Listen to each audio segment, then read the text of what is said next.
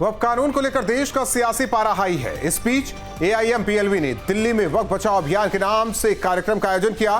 तमाम सियासी जमातों के साथ ही मुस्लिम संगठनों और मौलानाओं ने शिरकत की। इसे नाम तो वक्फ बचाओ दिया गया था, लेकिन ओवैसी से लेकर कई मौलानाओं ने भड़काऊ बयान दिए।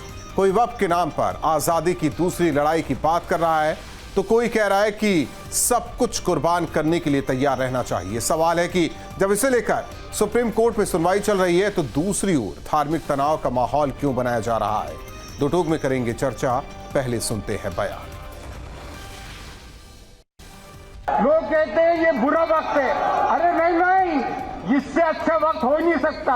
आपके सऊदी अरब की तरह, UAE की तरह दौलतमंद बन के बड़े बड़े टावर्स को बनाने को उनके अच्छे दिन कहते हैं। मैं तो अच्छे दिन गजा वालों को कहता हूं कि शहादत ले रहे हैं। इस्लाम शहादत का नाम है। इस्लाम जिंदा होता है हर करबला के बाद। इस्लाम की जड़ों में खून शोहदा का बद्र के ज़मीन में। अरे भाई, अब मक्के से हिजरत का हुक्म हो चुका है, अब बद्र भी होने वाली है, तभी तो इस्लाम फैलेगा। ये सिर्फ वक्फ की जायदादों को बर्बाद करने के लिए, और उत्तर प्रदेश कौशाम्बी में मीडिया ने रिपोर्ट किया कि 58 एकड़ वक्फ की जायदाद गवर्नमेंट प्रॉपर्टी के नाम पर रजिस्टर कर ली गई।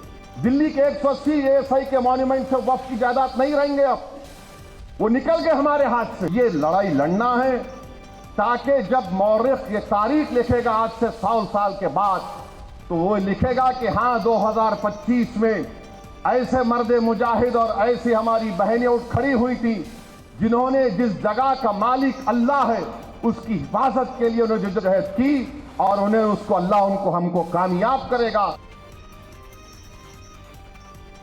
वक्फ संशोधन बिल इस देश के 90% मुसलमानों की भलाई के लिए है, और जब से भारतीय जनता पार्टी ने इसके लिए जन जागरण अभियान चलाया है, तो कांग्रेस सहित, सपा सहित, रजत सहित, TMC सहित सब में खलबली मची है।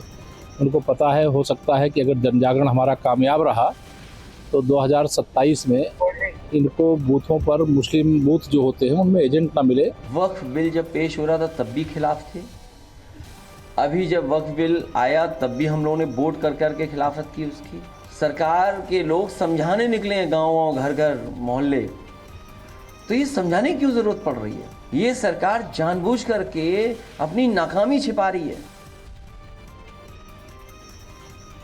और ऐसे में बड़े सवाल, वक्फ कानून पर घमासान, मौलानाओं की भड़काऊ बयान, AIM-PLV की अलगार, सब कुछ कुर्बान करने को तैयार, नए कानून को संसद से मुहर, वोट के लिए विपक्ष का कदर, सड़कों पर वक्फ की लड़ाई फिर भी संविधान की दुहाई, संसद से वक्फ कानून पास, मुसलमानों को नहीं है विश्वास। इन्हीं सवालों के साथ मेहमानों से करेंगे चर्चा। हमारे साथ जुड़े हैं आलोक अवस्थी जी, प्रवक्ता BJP, अभिषेक वाजपेयी जी, प्रवक्ता समाजवादी पार्टी, विजय कौशिक जी, कांग्रेस के नेता। इसके अलावा मुस्लिम एक्टिविस्ट भी हमारे साथ, हाजी नाजिम खान साहब जुड़े हैं। आप सभी मेहमानों का स्वागत है। हाजी साहब, मामला सुप्रीम कोर्ट में है, तो फिर ये बताने की क्या ज़रूरत है कि ये शरीयत के खिलाफ है और वक्फ की लड़ाई हमें लड़नी होगी और उसके लिए दूसरी आज़ादी के लिए तैयार रहना होगा। ये इसका मतलब ज़रा समझा दीजिए, दूसरी आज़ादी के लिए तैयार रहना होगा। हाँ राहुल जी, देखिए, औज़ुबिल्लाहिमिनश्शैतानिर्रजीम, बिस्मिल्लाहिर्रहमानिर्रहीम। देखिए, जय भारत, जय संविधान। देखिए, मैंने जय संविधान इसलिए कहा क्योंकि संविधान हम लोगों के लिए सर्वोपरि है। और देखिए, ये वही संविधान है जो हम और आपके सबके मौलिक अधिकारों की रक्षा करता है, और ये हमारा अपना फंडामेंटल राइट है कि हम अपने भारत के अंदर अपनी बात को रख सकते हैं। इससे ज्यादा खूबसूरत कुछ भारत के अंदर हो नहीं सकता।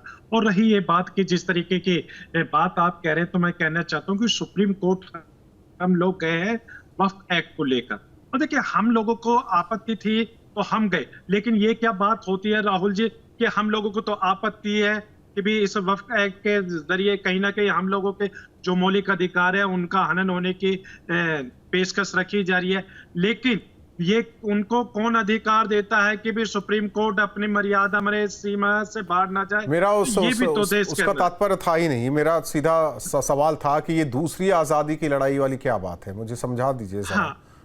एक आज़ादी की लड़ाई तो हो गई कि देश आज़ाद हो गया 1947 में, देश का विभाजन भी हो गया, एक तरफ पूर्वी पाकिस्तान तो दूसरी ओर पश्चिमी पाकिस्तान, पूर्वी पाकिस्तान आज बांग्लादेश है, पाकिस्तान तो है ही, तो दूसरी आज़ादी की लड़ाई क्या है, ये बताइए ना आप। हाँ राहुल जी देखिए, मैं वहीं आ रहा था, लेकिन आपने दूसरी आजादी की बात की। मैंने कि कहीं गृह युद्ध की बात करने वाले लोग कहते हैं कि गृह युद्ध हो जाएगा, तो उनसे भी थोड़ा सवाल हो जाता तो पता चलता। लेकिन दूसरी आजादी का मतलब सिर्फ और सिर्फ यह है कि जो भारत के अंदर हमारे अपने मौलिक अधिकार है, उन मौलिक अधिकारों को हम लेके रहेंगे, उनको हम छीनने नहीं देंगे। ये है, ये नहीं कि हम लड़ाई दंगा या झगड़ा कर रहे, नहीं, हम लोग संवैधानिक लोग हैं, हम लड़ाई दंगे से बिल्कुल दूर है, क्योंकि हम लोग ठीक है। नाजिम साहब, एक चीज ये भी कही गई है कि शरीयत में दखल अंदाजी बर्दाश्त नहीं। हाँ देखिए राहुल जी, देखिए बिल्कुल बात आपने जो कही शरीयत वाली, मैं फिर वही कहता हूँ कि मेरा मुल्क संविधान से चलता है। और अगर आपको याद हो 3 तलाक भी बनाया गया था। आप क्लियर कर दीजिए ना, आप क्लियर करते चलिए। आपके मौलाना कहते हैं, आपके मुस्लिम बड़े नेता कहते हैं कि शरीयत में दखल अंदाजी बर्दाश्त नहीं। या तो आप संविधान की बात कर लीजिए या शरीयत की बात कर लीजिए। हाँ राहुल जी देखिए, मुल्क तो संविधान से चलेगा और हम लोग संविधान को मानते हैं, और संविधान का आर्टिकल 25 हम लोगों के रिलीजियस को मानने की परमिशन देता है। और देखिए मैं बार बार यही कहता हूं कि संविधान सर्वोपरि है। जिस तरीके से सुप्रीम कोर्ट इज सुप्रीम है, उसी तरीके से संविधान इज सर्वोपरि। अब बात हमारी शरीयत की आती है, तो शरीयत में तो देखिए बहुत कुछ है राहुल जी, बहुत कुछ है, लेकिन मुल्क संविधान से चलता है। अब 3 तलाक वाला कानून बनाया गया, जबकि अगर कुरान शरीफ की किसी भी आयत के अंदर अगर आप देखेंगे तो 3 तलाक का कहीं जिक्र नहीं है, लेकिन भारत के संविधान के द्वारा सुप्रीम कोर्ट ने कहा था ना, लोगों ने माना। वो सुप्रीम कोर्ट ने कहा था उसी शाहबानो केस में। सुप्रीम कोर्ट ने जब कहा तो क्या किया गया, और जब संसद से कुछ नहीं हो पाया, आज जब संसद कुछ या विधायिका जब कुछ कर रही है तो सुप्रीम कोर्ट चले गए। यही तो है, इसी को तो संविधान कहते हैं, इसी को तो लोकतंत्र कहते हैं। आलोक अवस्थी जी, शरीयत में दखल अंदाजी बर्दाश्त नहीं, दूसरी आजादी की लड़ाई है, सब कुछ कुर्बान करने के लिए तैयार, ये अलगार है। ये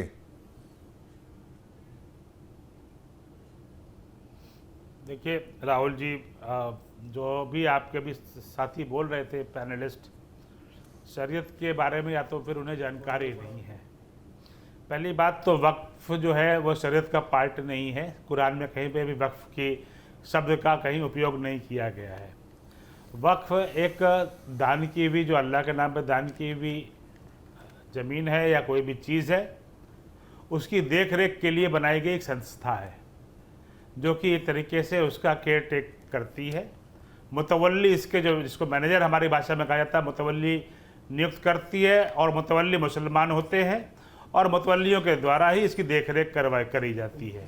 और जब कोई व्यक्ति जो बड़े नेता विरोध कर रहे हैं, चाहे ओवैसी जी हो या जमीयत उलेमा हिंद के नदवी जी हो या जितने भी इनके पैरोकार हैं, सभी ने वक्फ की संपत्ति पे अवैध कब्जे कर रखे हैं। 300 एकड़ ज़मीनें इनके कब्जे में है। 5-5 लाख 10-10 लाख रुपए की पगड़ी लेकर के इन्होंने छोटे छोटे गुमटियाँ दे रखी हैं। कई जगह तो 5 स्टार होटल तक किराए गए हैं। मस्जिदों को गिरा करके 5 स्टार होटल बनाए गए हैं। यह किस तरह का शरीयत में कहा उल्लेख है कि वहाँ पे होटल बनाए जाएंगे और मस्जिदों को गिराया जाएगा।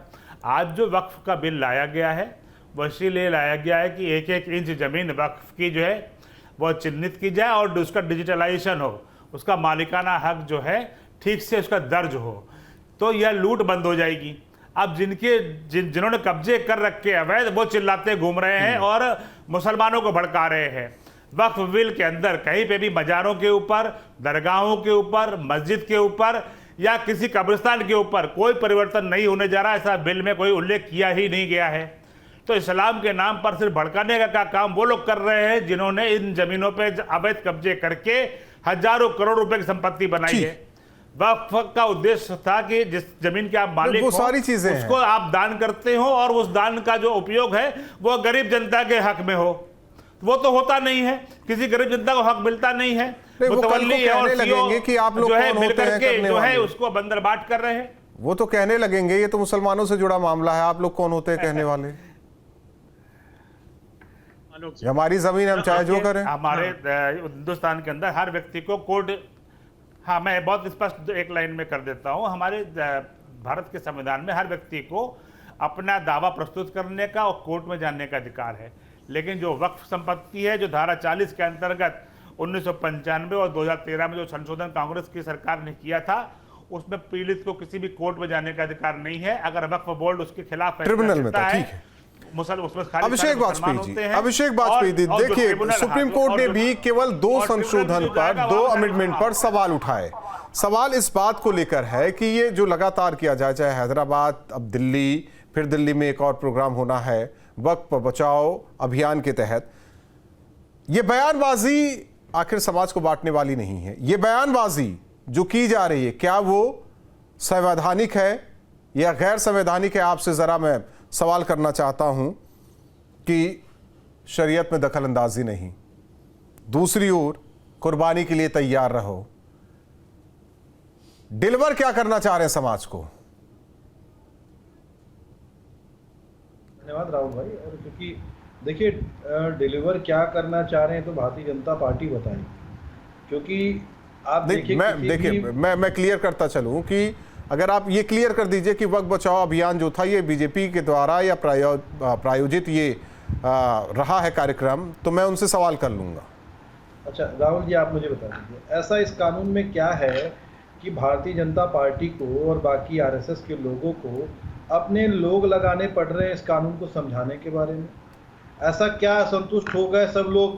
भाई आपने कहा कि हमने इन लोगों के साथ डिस्कशन किया, उसके बाद हमने कानून बनाया, उसके लिए आगे प्रावधान कर लिया।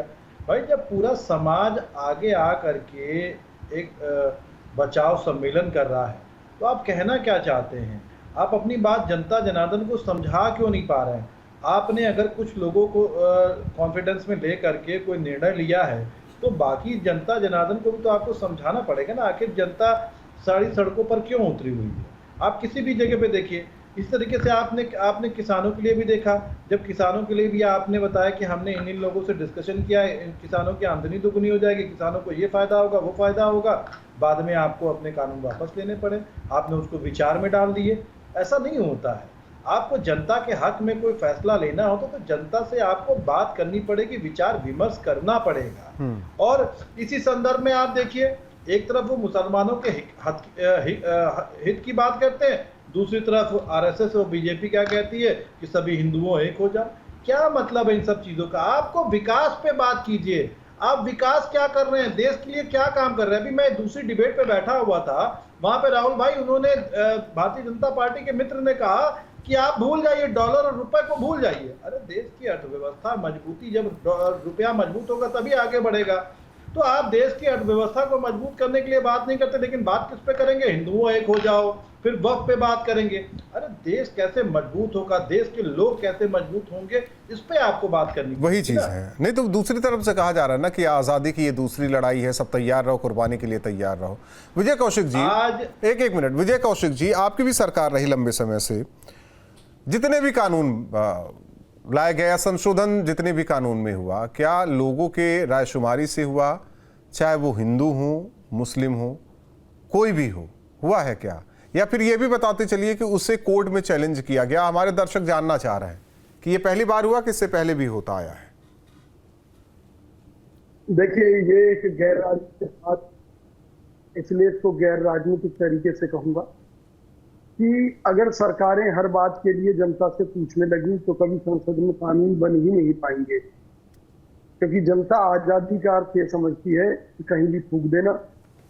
आजादी का ये अर्थ समझती है किसी भी कानून को तोड़ना, पीने के पानी का गैर वाजिब इस्तेमाल करना, मतलब दुरुपयोग को आजादी समझती है। इसलिए जनता के हिसाब से हर काम नहीं हो सकता, लेकिन बहुत से मामलों में जनता की राय के आधार पर कांग्रेस सरकार के समय में विभिन्न कानूनों में फेरबदल किया है जनता की मांग पर। क्योंकि सरकार बनी किस लिए है? सरकार इसलिए बनी है कि वो जनता की सुने, जो उनकी जायज मांगे हैं उनको पूरा करे, जो नाजायज मांगे हैं उन्हें किसी कीमत पर पूरा ना करे। और इस सिस्टम को अच्छे से चलाने के लिए, देश रूपी सिस्टम को आगे बढ़ाने के लिए अगर सख्त कानून जनता के खिलाफ भी बनाने पड़े तो करना चाहिए। दूसरी बात, अभी जैसा कि आपके चैनल के माध्यम से बात की है कि शरीयत के हिसाब से चलना चाहिए इस देश को, नहीं तो ये मैं नहीं ऐसे है। लोगों को बताना, देखिए शरीयत के हिसाब से नहीं, उन्होंने कहा है कि दखल अंदाजी नहीं बर्दाश्त। दूसरा ये कि दूसरी आज़ादी के लिए आप तैयार रहिए, लड़ाई के लिए आप तैयार रहिए, कुर्बानी के लिए आप तैयार रहिए। देखिए जो लोग कुर्बानी और लड़ाई की बात कर रहे हैं वो देश के ऊपर कलंक है। लोकतांत्रिक व्यवस्था में कुर्बानी और लड़ाई जैसे शब्दों की कोई जगह नहीं होती। पहली बात मैं आपको बता दूं, भाई अगर सरकार ने कोई फेरबदल किया है, सरकार को हक है, आप उसका वाजिब तौर तरीकों से ही तो विरोध कर सकते हैं या उसकी बात कर सकते हैं। और बड़ी एक सीधी सी बात है, मैं कहता हूं कि जब सुप्रीम कोर्ट में केस चल रहे हैं तो मुसलमानों को संयम रखना चाहिए। ये पश्चिम बंगाल के अंदर क्या कर रहे हैं या कहीं दूसरी जगह और क्या कर रहे हैं, या इनके मौलाना टाइप के लोग उल्टे सीधे बयान देकर क्या साबित करना चाहते हैं, ऐसे लोग देश के ऊपर कलंक हैं। जो किसी कानून के मुद्दे पर दंगा फसाद करें या आर पार की लड़ाई की बात करें, ये सब गलत बातें हैं। कांग्रेस पार्टी इस देश को बचाना चाहती है, इस देश को जोड़े रखना चाहती है। इसलिए हमारी मुस्लिम समुदाय से अपील है कि आपके जो विरोध हैं, जो आपका किसी भी तरह की कोई लड़ाई है, उसे आप कानूनी रूप से लड़ें या उसे आज़ादी से पहले जैसे हम लड़ते थे या अहिंसा के रास्ते पर चलकर उस तरीके से ही लड़नी चाहिए। और तो और हम तो मोदी जी से एक बात कहते हैं कि मोदी जी हम आपके इस कानून का वक्फ बोर्ड में जो अमेंडमेंट की है उसका स्वागत करेंगे, लेकिन एक ही शर्त है कि आप ये जो अमेंडमेंट की बात करते हैं, आप ये कहते हैं कि आपने मुसलमानों की भलाई के लिए इसमें अमेंडमेंट किया है ताकि मुसलमानों की संपत्तियों का जो पैसा है वो मुस्लिमों के जो जरूरतमंद मुस्लिम हैं उनके विकास पर खर्च हो। तो माननीय मोदी जी देश भर के मंदिरों में करोड़ों अरबों रुपए का जो चढ़ावा हिंदू चढ़ाते हैं, उसके लिए पूरे देश में आप एक बोर्ड बना दीजिए और उस पैसे का उपयोग हिंदुओं की भलाई पर होना चाहिए। भाई अगर वक्फ बोर्ड के पैसे का इस्तेमाल केवल मुसलमानों की भलाई के लिए मोदी सरकार करती है, करना चाहती है और उसकी यही मंशा है। मैं इतना कहना चाहूंगा, आप बहुत साफ गोई से आपने बहुत साफ साफ बातें कही है विजय कौशिक जी। बीजेपी नहीं करेगी, हम तो कह रहे हैं कि सरकार जब भी आप किया है तो आप लोग कीजिए। अगर वो कर देंगे तो उन पर आरोप लग जाएगा, आप लोग करेंगे तो सही रहेगा। मैं एक बात प्रकाश में डालना चाहता हूँ, जहाँ तक कि वक्फ बोर्ड के नेगेटिव बात है, जो मैं रखूँगा कुछ चीज़ें जिससे कि आपके दर्शकों को समझ में आएगा। तमिलनाडु में तिरुचिरापल्ली एक जगह है, उसके तिरुचेंदुरई गांव में 1500 साल पुराने चंद्रशेखर स्वामी मंदिर को वक्फ बोर्ड ने दावा कर दिया और कब्जा कर लिया। बेट द्वारका गुजरात, जहाँ पे भगवान श्री कृष्ण की नगरी है, उसके 2 द्वीपों पर स्वामित्व का दावा कर दिया वक्फ बोर्ड ने और कब्जा कर लिया। सूरत में एक शिव शक्ति सोसाइटी है, हिंदुओं की सोसाइटी है, वहां पर कुछ लोगों ने भूखंड को मस्जिद में परिवर्तित कर दिया केरल और नमाज शुरू करी, उसको वक्फ बाई यूजर केरल में ईसाई और हिंदुओं का पूरा गांव है, उसे भी दावा कर दिया। केरल में हाँ मैंने बताया मुनम्बन केरल में एक गांव है, वहां पर 400 एकड़ जमीन जिसमें 1000 भूस्वामी और 600 से अधिक ईसाई थे। ईसाइयों की जमीनों पर वक्फ ने जो है कब्जा कर लिया। वक्फ बोर्ड ने 14 मरला जमीन जरुलाना हरियाणा में 14 मरला जमीन जहां पे गुरुद्वारा था, जहां पे 1947 से पहले से गुरुद्वारा था, उस जमीन पर जो है वक्फ बोर्ड ने अपना दावा किया और कब्जा कर लिया। तो ये किस तरीके से, जब आप हिंदुओं को आप बुरा मानते हैं, बुत परस्त मानते हैं और उनकी दुआ उनकी कबूल नहीं होती, जो हिंदुओं के कुछ देवताओं को मानने लगते हैं, उनकी जमीनें कैसे आपको स्वीकार हो जा रही हैं? कुरान में कहा गया है जो ठीक है, ये चीजें हो गई। आप देखिए, आपने तथ्य रखे, तो आप दूसरे की जमीन पर एक मिनट कौशिक साहब 1 मिनट। हाजी नाजिम साहब, यही चीजें हैं ना, इसी को तो रोकने के लिए 1 मिनट आ रहे हैं कौशिक साहब, यही सारी चीजें हैं। ठीक है, जब डी नोटिफाई की बात हुई तो यही 2 चीजें हैं जिस पर कहा गया है कि जो आप डी नोटिफाई नहीं कर सकते, यही तो कहा है सुप्रीम कोर्ट ने। इन्हीं चीज़ों को लेकर कि आपने दावा कर दिया और ज़मीन आपकी हो गई, लेकिन कागज़ क्या है, कहाँ है, कैसे है, किसी को कुछ पता ही नहीं है। फिर कहेंगे कि नहीं, वो तो मुगलों के टाइम से, उससे पहले के टाइम से है, चीज़ें चली आ रही हैं, तो इस वजह से ये वक्फ की है। उसमें कई परिवार है, ऐसा ये भी कहा जा रहा है कि कई परिवार का वक्फ के नाम पर ज़मीन ले लिया गया, लेकिन जो वक्फ के हिसाब से दान किया जाता है 1/3 हिस्सा होता है, हमें लग रहा है। क्या कितना 1/3 हिस्सा होता है, इससे ज़्यादा होता है, कम होता है, क्या है? हाँ राहुल जी देखिए, अभी आपके पैनल पे भाजपा के प्रवक्ता ने कहा था कि हाजी नाजिम खान शरीयत की बात करते हैं, शरीयत का पता नहीं। तो मैं इनको बता दूं, अल्हम्दुलिल्लाह मेरे से ज्यादा शरीयत की बात आप लोग जान भी नहीं सकते। हाँ रिसर्च जरूर कर सकते हैं लेकिन उस पर अमल नहीं कर पाएंगे। और दूसरी बात, इन्होंने एक बात हाँ सुन लीजिए। और दूसरी बात समझा दीजिए वक़्फ़ में शरीयत में कहाँ पर है। हाँ बहुत सारी चीजें आपको बताता हूँ। मैं तो आपसे 5 फायदे भी पूछूंगा जो आप वक्फ एक्ट की बात करते हैं। 5 फायदे भी आपसे पूछूंगा गरीब मुसलमान के लिए। 5 फायदे आप बताने पड़ेंगे आप। नहीं अभी शरीयत पे बात कर रहे हैं ना, आपने शरीयत की बात करी तो मैं चाहता हूँ बताइए शरीयत में, कुरान में कहाँ वक़्फ़ का जिक्र है? हाँ हदीस में होगा और ना। कुरान में घर की बेटी को चौथाई हिस्सा देने की बात है। किस बेटी को चौथाई हिस्सा देते हो? नहीं हदीस में होगा सर, कुरान में नहीं तो हदीस में होगा ना। अरे सुन तो लीजिए आलोक जी, अभी आप भड़क जाते हैं। अभी तो देखिए आपने एक हाँ सुन लीजिए, अभी महाराष्ट्र का एक उद्योगपति का भी जिक्र आया था जो हाँ मैं 2 शब्द मेरे हैं, बताइए। हाँ देखिए कुरान अब कहीं और कुरान चले के गए, हवाले से आप मुझे बताएं कहीं और कि चले गए। वक़्फ़ कहाँ है और बेटियों की शादी में ये अलग, अब देखिए अलग चीजें हैं लेकिन उसको देते हैं कि आपकी नहीं बताइए। देखिए मैं बिल्कुल आपके सवाल का जवाब दूंगा। अगर राहुल जी के अगर ये टॉपिक का हिस्सा है तो बिल्कुल जवाब दूंगा, लेकिन अगर टॉपिक के हिस्से का नहीं है तो मैं आपसे ये पूछना चाहता हूँ कि महाराष्ट्र के जो उद्योगपति, तो ये भी मेरे टॉपिक का हिस्सा नहीं है नाजिम खान साहब, ये भी मेरे टॉपिक का हिस्सा नहीं है। अरे अभी आप शरीयत की बात कर रहे थे, मेरा जो सवाल था वो आपने घुमा दिया कि कितना हम दान, मान लीजिए मैं एक मुसलमान हूं, वक्फ को दान देना चाहता हूं, जमीन कितना दे सकता हूं अपनी प्रॉपर्टी का? मान लीजिए 14 बीघा 10 बीघा है तो कितना दे सकते हैं हम? आधा, पूरा, 1/3? कितना दे सकते हैं? हाँ राहुल जी, ये नियत के ऊपर दारोमदार है। नहीं सर कि भी नहीं, गलत बता रहे हैं, गलत है। नियत के ऊपर नहीं सर, पूरा नहीं दे सकते सर। नहीं अब कहाँ फिर आप वही कह रहे हैं ना, मुस्कुरा के छोड़ दीजिए सवाल, तो बात अलग है विजय कौशिक जी। नहीं ये गलत है, पूरा नहीं दे सकते हैं, उसमें सीधा है, आप पढ़िए ना उसको। ठीक है विजय कौशिक जी कुछ कहना चाह रहे हैं, अभिषेक जी से भी सवाल है, वक्त कम है। विजय जी मैं एक अहम बात देश की जनता के सामने आपके चैनल के माध्यम से रख रहा हूँ, क्योंकि वक्फ मुद्दे पर मोदी सरकार भी देश के हिंदुओं की आंखों में धूल झोंक रही है।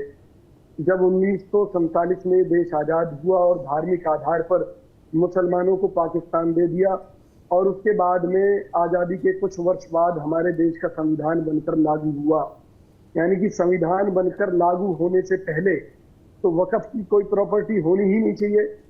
मोदी सरकार को ये बताना चाहिए कि भाई क्या संविधान बनने के पहले जो वक्फ की जो संपत्तियां थी विजय कौशिक जी माना जाना चाहिए या इतने में देखिए इतना हो हल्ला हो रहा है, दूसरी आजादी की लड़ाई के बाद शरीयत में दखल अंदाजी नहीं बर्दाश्त, ये बात हो रही है। अगर ये सारी चीजें करने लगेंगे तो वाकई जो कहा जा रहा है ना गृह युद्ध, वो वाली नौबत आ जाएगी। छोड़ देते हैं इस पार्ट को।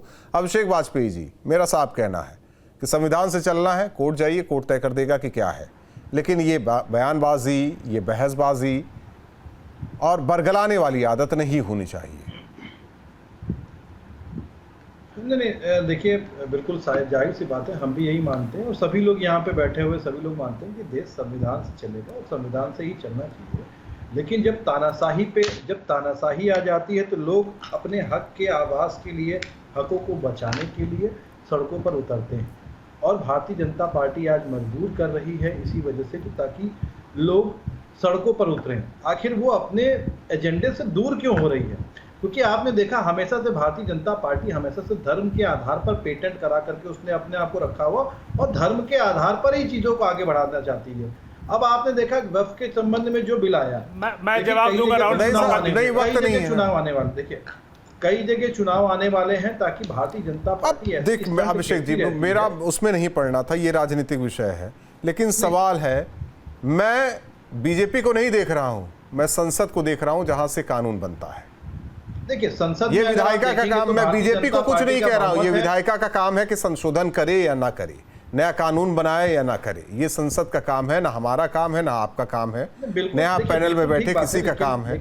लेकिन सवाल इसी बात को लेकर है कि अगर असहमति हो सकती है, कोर्ट का दरवाजा खुला है, लोग गए भी हैं, और जिस तरीके से 5 मई को सुनवाई होनी, लेकिन उससे पहले ये माहौल बनाने की क्यों कोशिश की जा रही है?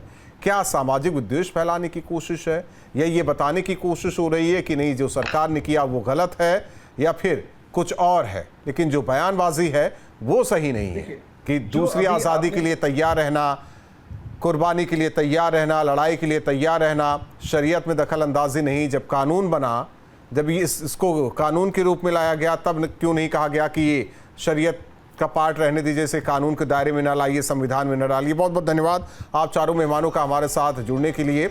लेकिन जिस तरीके से बयानबाजी हो रही है, मामला कोर्ट में है, कोर्ट से सब कुछ तय होगा, लेकिन उससे बाहर आखिर क्या तय करने की कोशिश की जा रही है।